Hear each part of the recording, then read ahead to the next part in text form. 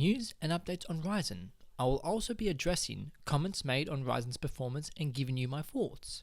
Furthermore, I will be discussing if Ryzen can really dominate Intel in gaming. I know how it sounds, but hear me out. Before I begin, if you're a returning subscriber or a new viewer, please subscribe, it helps me out.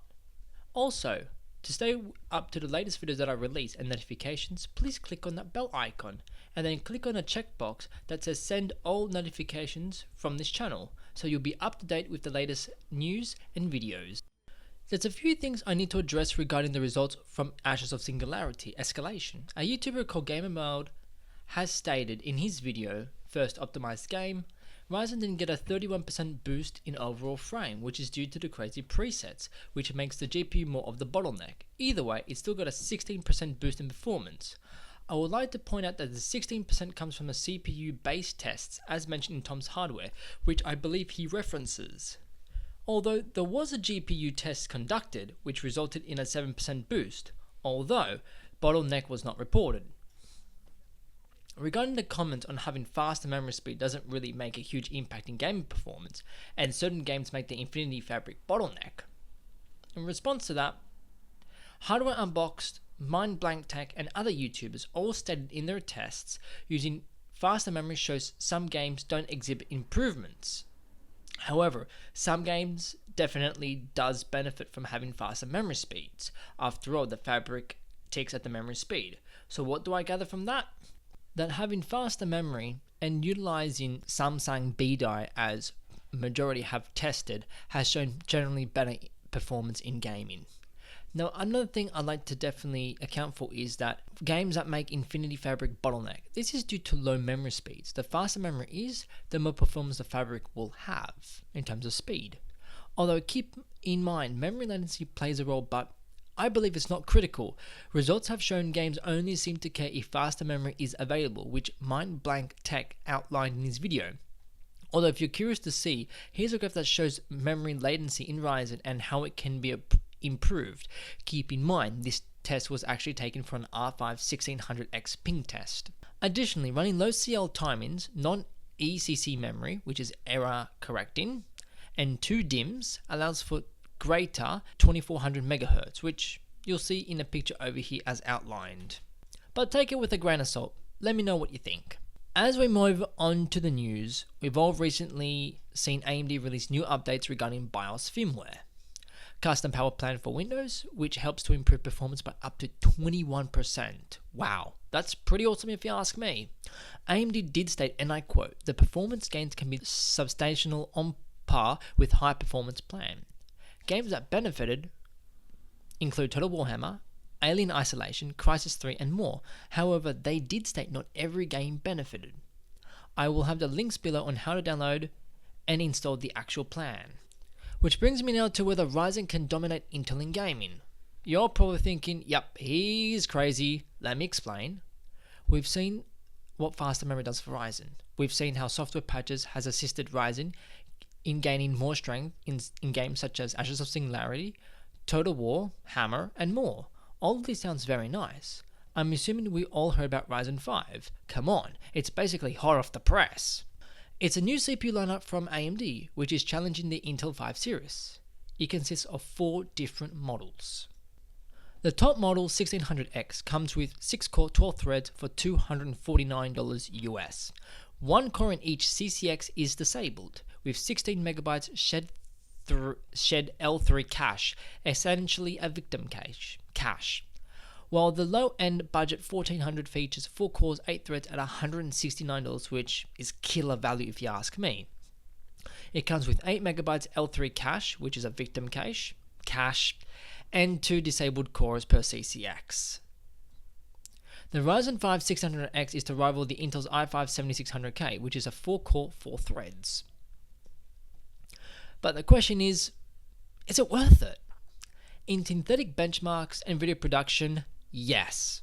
Here are a few benchmarks. The killer comes here.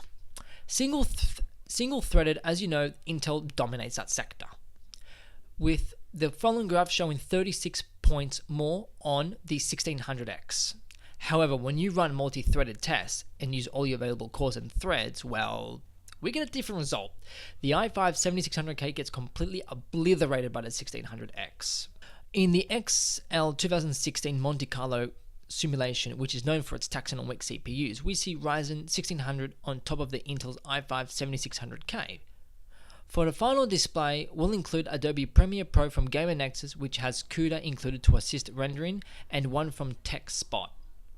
From the results given, Ryzen does very well in the actual CUDA render. It completes it in 18.5 minutes, beating the $1,000 plus 6900K at 19.2 minutes.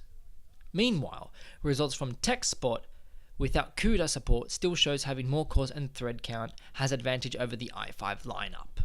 So there you go. If you've got like a GTX 9 series or 10 series or whatnot, you got CUDA enabled, you'll get a lot of benefits from it. Even if you don't have it, the Ryzen 5 series with the cores and threads will definitely do you justice. Now moving on to the gaming side of things.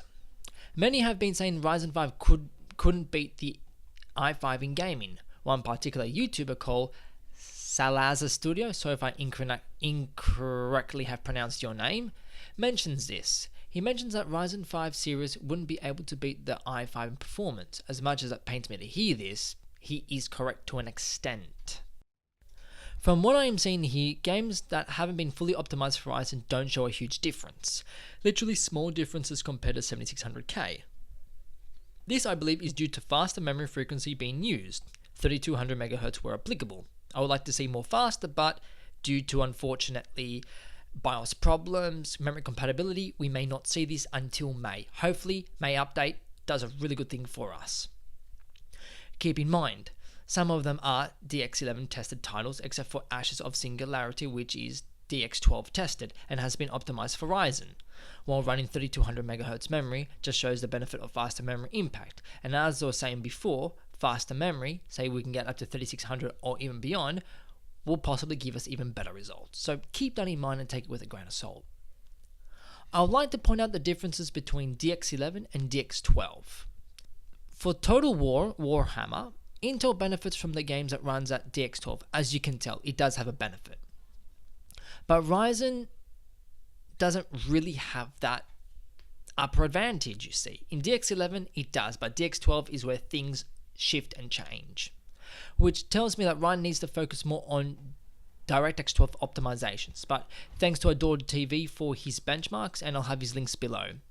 Another benchmark I'll want to show from Hardware Nexus shows in some games the Ryzen 5 series has better consistency than the 7600K in the 1% low frame and in 0.1% low frames. The 7600K stock scores 0.1% in the 0.1% low 25.7 versus the 1600 stock at 61.3. Keep that in mind. Consistency is where Ryzen really probably has a bit better of a chance. As you can see from Ryzen 5 does beat the Intel in-workstation tasks such as multi-threaded tasks, although this is different to the single-threaded performance where Intel has the advantage due to higher clock speeds, I believe. Same thing we saw with the 1800X, so it's really nothing new. Gaming is where it really starts to get more interesting. In some games we mentioned above, we see the gap getting rather slim, which is great for competition. You still need to take the following factors. Overclock on Ryzen isn't the easiest. Developers still need to address bugs in their code and optimize their apps, and games to fully utilize new architecture to unleash its full potential and use more cores.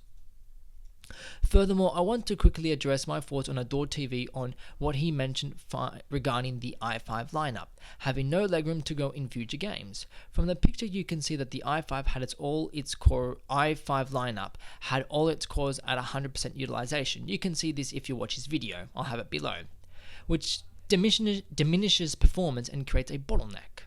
He also talked about the more cores you have, it will be better for future and it will be more future-proof as well.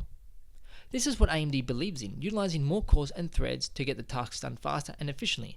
But again, it is up to developers to start writing code to utilize more cores, which I will believe we will be seeing in the near future.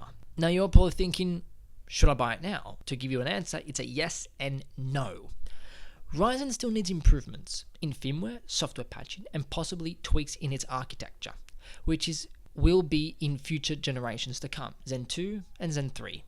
If developers can write code to fully utilize Ryzen systems, then we'll see improvements that could dominate Intel. That's if game starts to utilize more than 4 cores, which I believe they will. If you like me and have a system that can handle 1080p games smoothly and can go beyond that, then wait. Although if you're in need of a new CPU and plan to do gaming and some multimedia / high demanding tasks, then Ryzen is for you. But if you just purely want for gaming and want to future-proof yourself, then I would wait a bit more and see what update optimizations Ryzen has to offer, because those 4 core CPUs won't last forever. Like what you saw? Give us a like and hit that subscribe button, or else. Thanks for watching.